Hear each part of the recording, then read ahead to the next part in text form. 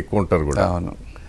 సరే, మామూలుగా ఎన్ఆర్ఐ అనగానే ఏంటంటే ఈ మధ్య కాలంలో వచ్చిన అభిప్రాయం తెలుగు రాష్ట్రాల్లో, మిగతా సంగతి నాకు తెలియదు, నాన్ రిలయబుల్ ఇండియన్ అని. సో ఎందుకు వచ్చింది అంటే అది దానికి చాలా చేటపార్థం చెప్పాలి, అది అన్ని పక్కన పెట్టండి. ఎందుకు బట్ మీరంతా ఏంటంటే పారాషూట్ లీడర్లుగా వస్తున్నారు, ఎలక్షన్స్లో యువర్ టెస్టింగ్ యువర్ లక్ చేసుకోవటం, అదృష్టం పరీక్షించుకోవటం, గెలిస్తే టర్మ్ లేకపోతే మళ్ళీ ప్యాకప్ అనేది ఒక జనరల్ అభిప్రాయం. అది ప్రజల్లో ఉన్న అభిప్రాయాన్ని పోగొట్టడానికి మీరు ఏంటి ఎట్లా చేద్దాం అనుకుంటున్నారు? అంటే అందరూ అభిప్రాయంతో ఉన్నారని నేను అనుకోను, దానికి ఎవిడెన్స్లు కూడా లేవనేది నా ఒపీనియన్. ఇప్పుడు యార్లగడ్డ వెంకట్రావు గారు ఉన్నారు, ఆయన వచ్చారు, మీరు ఓడిపోయారు, ఎక్కడికి వెళ్ళలేదు, ఈరోజు తెలుగుదేశం పార్టీ నుంచి పోటీ చేస్తూ ఉన్నారు. వెళ్ళి ఇక్కడ నుంచి ఓడిపోయిన తర్వాతే ఇప్పుడు ఇక్కడ ఆయన కాంగ్రెస్లో ఒక ఆయన చేశారు, ఎంపీగా వచ్చారు, ఆయన ఇక్కడ ఉండిపోయారు. ఎవరు అట్లా వెనక్కి వెళ్ళిన వాళ్ళు నాకు తెలియదు యుఎస్ ఒకసారి రాజకీయాల్లోకి వచ్చాక. పోనీ అలానే వచ్చారు అనుకోండి, ఒకటి జనరలైజేషన్ అనేది కూడా నా ఒపీనియన్లో కరెక్ట్ కాదు. ఎవ్రీ ఇండివిజువల్ అనేది ఎందుకు వస్తున్నారు అనేది వాళ్ళు తెలుసుకున్నప్పుడు అది ఒక డిఫరెంట్ రీజన్ ఉంటుంది. నేను అసలు ఎందుకు రావాలి,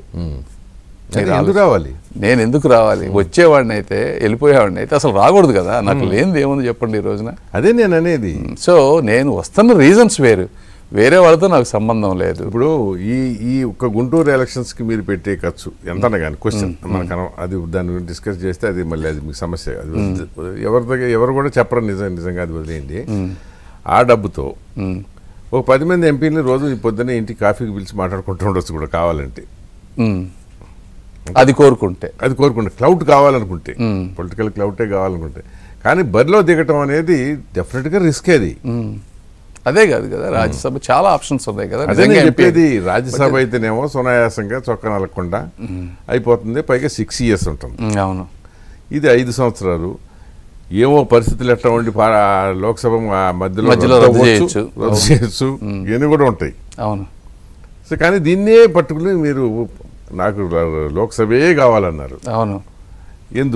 ఎందుకు అంటే first basic my story has to be inspiration. జనరేషన్స్కి, చుట్టుపక్కల ఉన్న పేదవాళ్ళందరికీ ఒక ఇన్స్పిరేషన్గా ఉండాలి. అది ఇందులో వస్తుంది, అది బేసిక్. నేను ఏమి చేయకపోయినా కూడా ఈ రాష్ట్రానికి my story it self is worth. ఒకటి. నంబర్ 2, నేను ఏమి చేయబోతున్నాననేది నా ఒక్కడికే తెలుసు. ఎవరికైనా ఏ వ్యక్తికైనా జీవితంలో ఒకటి గోల్ అనేది అతని గట్ ఫీలింగ్, ఇంట్యూషన్ అనేది ఉంటుంది. అవును, మనం ఏమి చేయాలనేది, ఏమి చేయగలం అన్నది కూడా.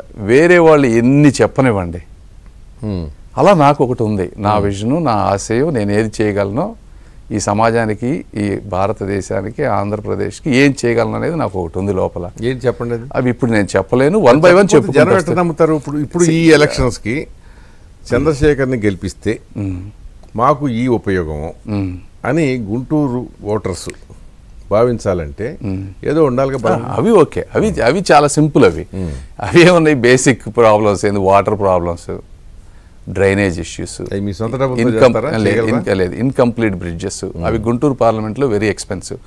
వాటర్ ప్రాజెక్ట్ అనేది సెంట్రల్ గవర్నమెంట్ 500 కోట్లు ఇచ్చింది డ్రైనేజ్కి. వాటర్ ఆల్రెడీ అవన్నీ డైవర్ట్ అయిపోయినాయి. ఇవి బేసిక్.